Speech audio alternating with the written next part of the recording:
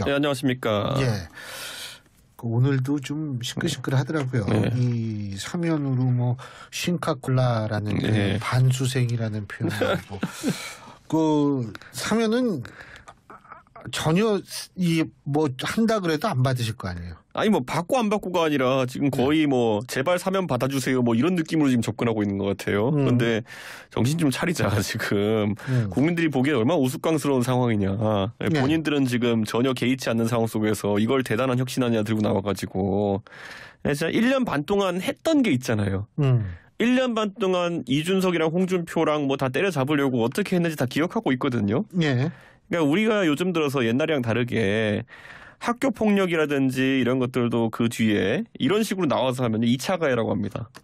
네. 뭐 예를 들어 어떤 스포츠 선수가 학교 폭력 사태가 터졌는데 자기가 스포츠 선수나 연예인으로 계속 일해야 되니까 피해자한테 가가지고 피해자는 아직 상처가 있는데 가가지고 억지로 사과 받아라. 그리고 억지로 막 사과한 다음에 나중에 가서 언론에다 대놓고 우리는 화해했다 노력했다 이러면 그 2차 가해라고 정확히 얘기합니다. 이게 뭡니까 지금 국민들이 지난 1년 반 동안 며칠 되지도 않았어요. 그 정신 나간 사람 하나는 이준석 제명하자고 서명운동 받으러 다니고 거기에 무슨 뭐 이준석을 쫓아내야지만 3, 4% 지지율이 오를 것이다가 당 대변인의 공식 입장이었고 최고위원 하나는 강서 보궐선거 앞두고 이준석은 사이비 평론가라 그랬고 다 기억하잖아요. 지금 이게 한 달은커녕 3주도 안 된 내용들이거든요. 그런데 이걸 가지고 지금 갑자기 와서 억지로 제발 사면을 받아라. 이게 뭡니까 진짜. 이 대표님한테 워낙 여쭤볼 게 많아가지고. 예. 오늘 인요한 혁신위원장이 예. 광주에 5.18 묘역에 참배를 했습니다. 네. 자, 그런데 사실은 이 이른바 서진 정책은 김종인 비대위원장 시절 그리고 이준석 전 대표가 대표를 하실 때 그때 이제 굉장히 집중적으로 추진을 했다가 이게 한동안 휴직이었다가 이제 다시 인요한 위원장이 이제 간 건데 어떻게 평가하십니까? 정작 저는 그렇게 5.18 자주 가지도 않았어요. 저는 뭐라고 했냐면 제가 광주에서 전당대회 때 연설하면서 저는 1985년생입니다. 그렇기 때문에 80년 광주에 대해서 제 직접적인 책임이나 부채의식은 없습니다.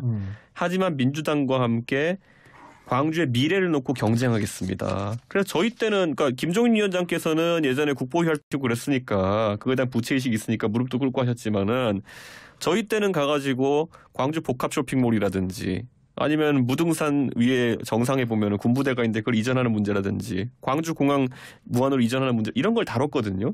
그런 거 없잖아요 지금. 그냥 가서 또 옛날처럼 그냥 참배객 하는 거 있죠 지금 보면은. 근데 저는 이게 원래 서진 정책의 요체가 아닙니다. 광주의 실질적인 문제에 대해 가지고 국민의힘이 그만 관심을 가지고 오히려 민주당보다 나은 대안을 냈을 때 그때 광주의 젊은 세대가 호응했던 거거든요. 이거 뭐 5.18 참배가고 또 이렇게 저는 오늘 되게 웃겼던 게 뭐냐면요. 5.18 참배간다고 하니까 또 영남 중심으로 해가지고 당원들이 또 빗발치게 또 혁신위에다 뭐라 그랬냐면은 왜 현충원 안 가냐 그래가지고 오늘 또 광주 갔다 현충원도 갔어요. 그래서 이게 무슨 혁신위원회가 지금 비상한 각오로 굉장히 긴박하게 움직이는 게 아니라 오늘 하루 종일 참배만 하고 다녔어요 여기저기. 그러니까 이게 지금 당이 처한 현실인 겁니다. 이게 참배 위원회도 아니고 이게 뭡니까 진짜 지금 당이 절박한 심정으로 혁신해야 되는 상황 속에서. 어쨌든 뭐 이 혁신위가 나오고 또 다른 측면에서 이제 신당설인데 그 신당설이 이준석 전 대표 중심의 신당설로 여쭤보려고 하는 게 아니고 윤석열 대통령 신당 뭐 이런 얘기도 심심치 않게 나오던데 어떻게 보세요? 그러니까 이런 시나리오가 원래는 지금의 대통령의 지지율이나 여당의 상황을 봤을 땐 이런 시나리오가 나와도 안 되는 거예요. 나오잖아요.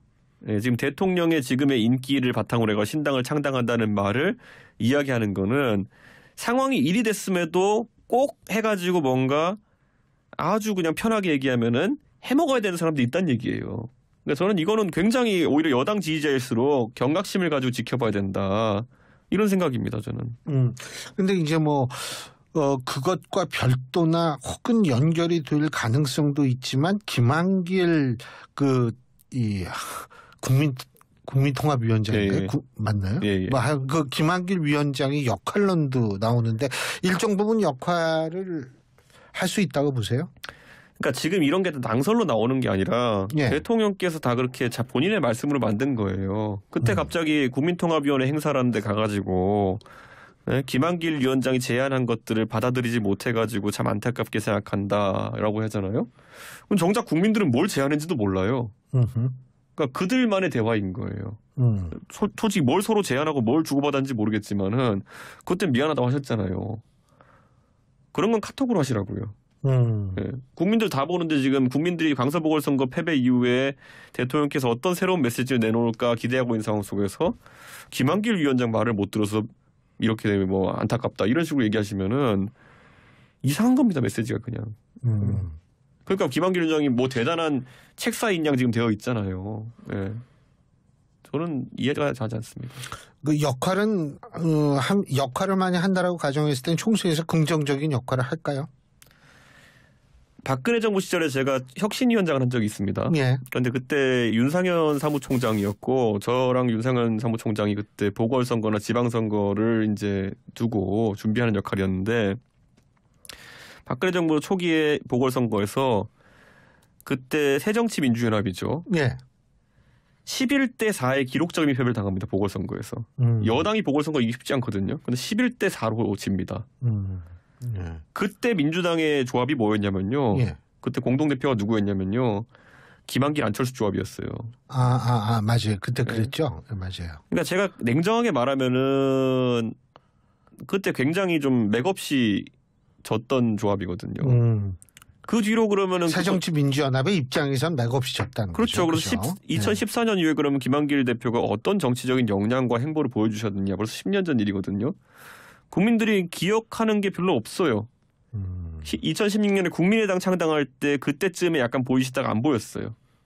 그래가지고 저는 지금 상황에서 대통령께서 김한길 위원장에게 아무리 힘을 실어주려고 한다 한들 10년 동안 뚜렷한 정치적 성취가 없는 상황 속에서 왜 국민의힘이라는 여당 그리고 이 당에는 100만 가까운 당원과 그리고 출마하고 싶은 사람들이 몇천 명씩 있는 당인데 그리고 그 가족까지 합치면 이게 간단한 문제가 아닙니다.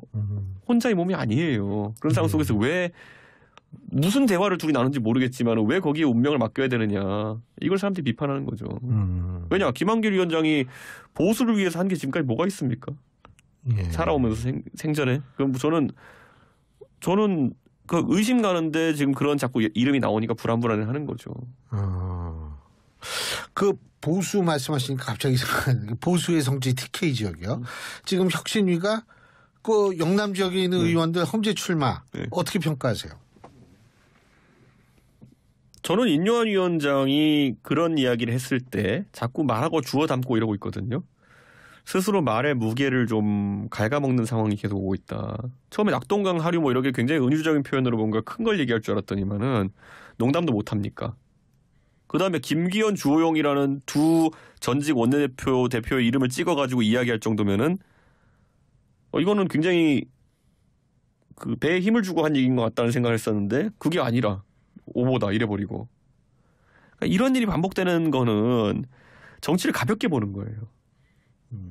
예전에 우리가 이런 말씀 한번 제가 치고 빠지는 게 아니고 그러니까 그냥 가벼운 거예요. 제가 이렇게 말씀드릴게요. 예전에 그 썰전이라는 방송을 통해 가지고 전원책 변호사가 갑자기 대단한 정치적 인물인 것처럼 유명해진 적이 있었어요. 그래가 전원책 변호사라는 분이 자유한국당에 그때 조강특위에 들어가가지고 갔는데 그 전에 방송에서 그분이 맨날 뭐라 그랬냐면요. 입만 열면은 모두 다 정치인들은 정치적 단두대로 보내버리겠다 막 이랬어요. 그래가지고 뭐 말 시원하게 한다부터 해서 오만 얘기 다 들었죠.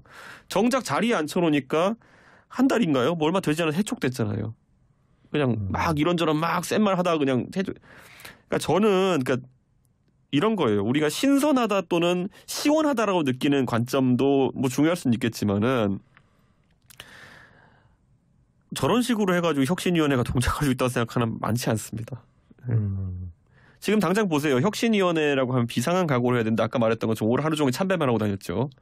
두 번째, 거기다 해가지고 지금 대한민국 국민들이 이번 강서 보궐선거를 통해 보여준 민심은요. 나 윤석열 대통령의 1년 5개월 동안의 통치가 너무 마음에 들지 않았어요. 다른 메시지는 하나도 없습니다. 예. 이준석이 때문에 김태우 안 찍었어. 이런 사람 없어요. 예. 그러니까 여기서 그럼 혁신위원회도 모든 거는 해석, 분석, 그 다음에 대책이거든요. 해석, 분석으로서는 제대로 했다면은 저런 지엽적인 게 나올 수가 없어요. 해석, 분석이 정확하다면요. 곧 죽어도 대통령의 통치 스타일을 바꾸라는 메시지라든지 이런 것들이 들어가야 되는 거거든요. 그럼 생각해 보세요. 지난번 한 3일 전인가 인요한 위원장이 뭐라 그랬냐면요. 당에다가 쓴 약을 먹이겠다 이랬어요. 아니 지금 국민들은 대통령이 통치 스타일을 바꾸라고 지적한 건데 왜 당에다 쓴 약을 먹입니까? 그 약 있으면 용산에 갖다 먹이세요. 그러니까 이게 계속 이상하다니까요. 핀트가 주어와 목적어가 자꾸 바뀌고 있다니까요. 그러니까 지금까지 당이 바뀌어야 된다는 얘기는요. 윤석열 대통령이 매양 해오던 얘기예요. 나는 너무나도 성군인데 내부 총지라는 당대표가 있어가지고 내가 지지율이 안 오르는 것 같다. 그러니까 내부 총지라는 당대표를 내쫓아라. 당을 억지로 개복 수술한 거 아닙니까? 멀쩡한 사람 잡아가지고. 그 다음도 보세요. 계속 당에 누가 나오면 당청 관계가 무너지느니 이러면서 계속 당의 전당대회 개입하고 이렇게 해가지고 행위의 주체가 누구였냐는 거죠. 그러니까 지금 혁신위는 그런데 엉뚱한 소리 하고 있는 거죠. 당에다 왜 쓴 약을 먹여요? 생사람 잡으려고 합니까 지금? 네. 환자 저기 있어요. 그 인요한 위원장 자체는 어떻게 출마 서대문 갑의 얘기도 나오고 네. 뭐 그랬었는데 그건 어떻게 보세요? 저는 자꾸 인요한 위원장이 서대문 갑에 출마할지도 모르니까 불출마 선언해야 된다 이렇게 얘기하는 분들이 있는데요. 그게 아니죠. 인요한 위원장이 무조건 서대문 출마하게 만들어야죠. 왜요? 그러면 저런 얘기를 할 수가 없습니다. 조금만 설명해 주세요. 서대문 가가지고 자기가 당선될 정도로 만약에 당을 혁신시킨다면은 애초에 이런 어긋난 핀트로 이야기할 수가 없습니다. 지금 서대문에 가가지고 저는 안 가봐도 알겠어요. 서대문 가가지고 그 신촌 연세대학교 이런 쪽 아닙니까? 아니면 맞아요. 저쪽 가가지고 홍은동 넘어간 독립문 쪽 이런 쪽일 텐데 거기 가가지고 사람 붙들고 지금 여러분께서 누가 제일 바뀌었으면 좋겠습니까? 물어보면요. 다 대통령이라 그래요. 그러니까 혁신위가 만약에 진짜 저는 오히려 인요한 위원장님이 제발 서대문 감 나갔으면 좋겠어요. 나갈 생각이 있으면 저렇게 못합니다. 지금 당장 여기서 한번 해보죠. YTN 라디오 듣고 계신 분들 만약에 윤석열 대통령이 바뀌어야 된다 생각하시면 샵 0945로 1번 보내주시고 유튜브에 댓글로 1을 보내주십시오. 이건 아니면은, 이준석 대표의 말씀이시니까 짧은 문자 50원 긴 문자 100원 얘기는 안 하겠습니다. 예. 만약에 이게 당이 바뀌어야 된다 생각하시면 2번을 보내주십시오. 1이 많이 오나 2가 많이 오나 해보자고요 지금. 예. 진짜 샵 0945로 윤석열이 바뀌어야 된다 1. 당이 바뀌어야 된다 2. 예. 3 이준석이 바뀌어야 된다 해보죠 한번 어떻게 되는지. 예. 3 이준석 진짜 올 수도 있어요. 그래서 제가 짧은 문자 50원 긴 문자 100원 얘기한 거예요. 이준석을 제명해야 된다 3번. 뭐 이거 1, 2, 3 어떤 게 많이 나오나 보죠. 예. 그러니까 이게. 근데 지금 이제 서울 수도권 얘기가 나왔으니까 제가 여쭤보는데 서울 수도권에서 이른바 총선에 승리하기 위해선 대충 국민의힘이 몇 석 정도를 가져가야 된다고 생각하세요? 2012년에요. 제가 비대위 처음 했을 때 그때 서울에서 19대 총선에서 국민의힘이 16석을 했습니다. 네. 근데 이게 진짜 어려운 게 뭐냐면요. 강남 그 당시 한 7개 정도에 더해가지고 그때는 어떤 사람들이 계셨냐면요.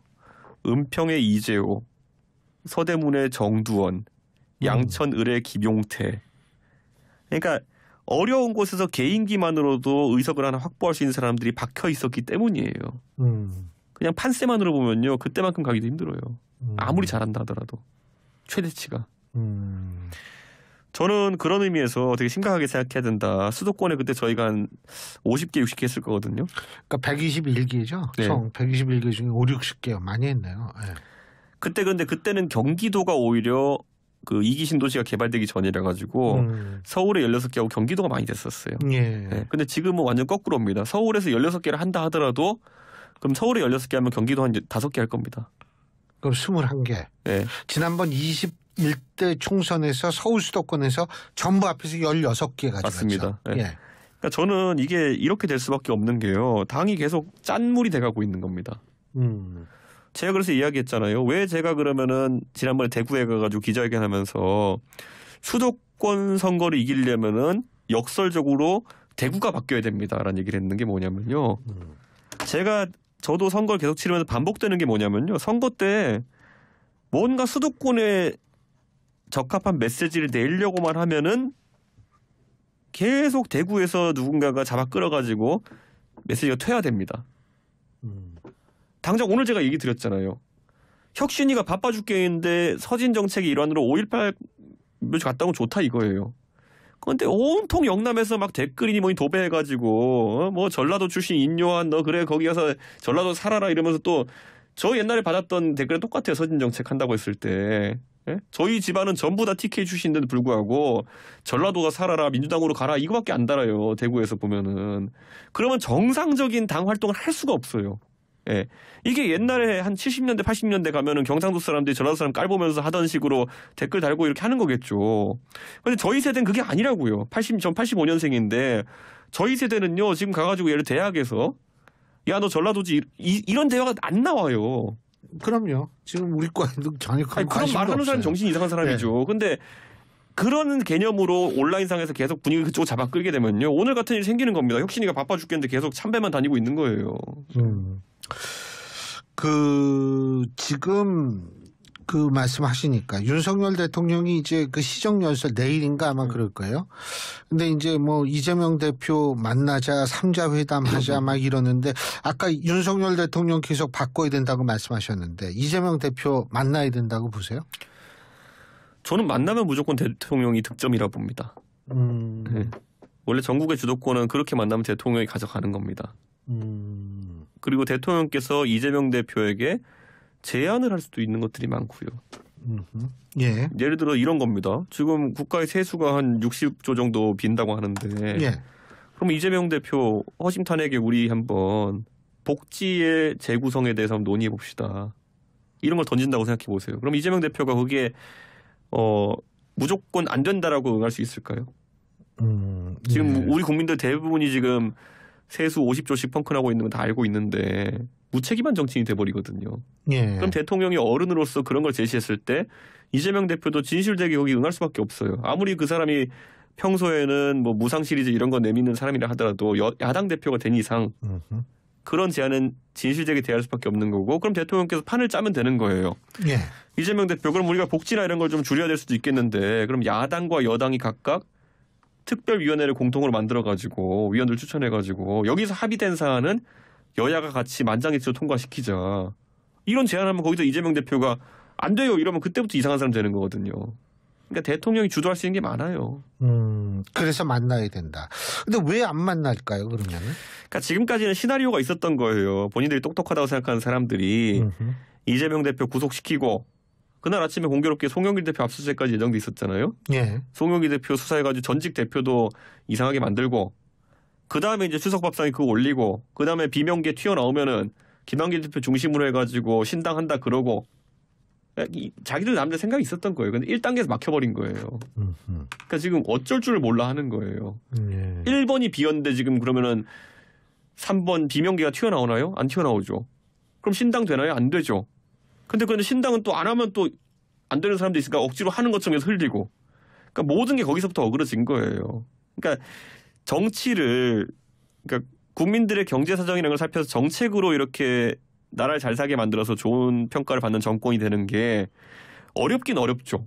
하지만 그걸 안 하고 무조건 사정정국이나 아니면은 정략적으로 이걸 풀어보려고 하다가 그게 막혀버리니까 지금 대책이 없는 상황이 된 겁니다.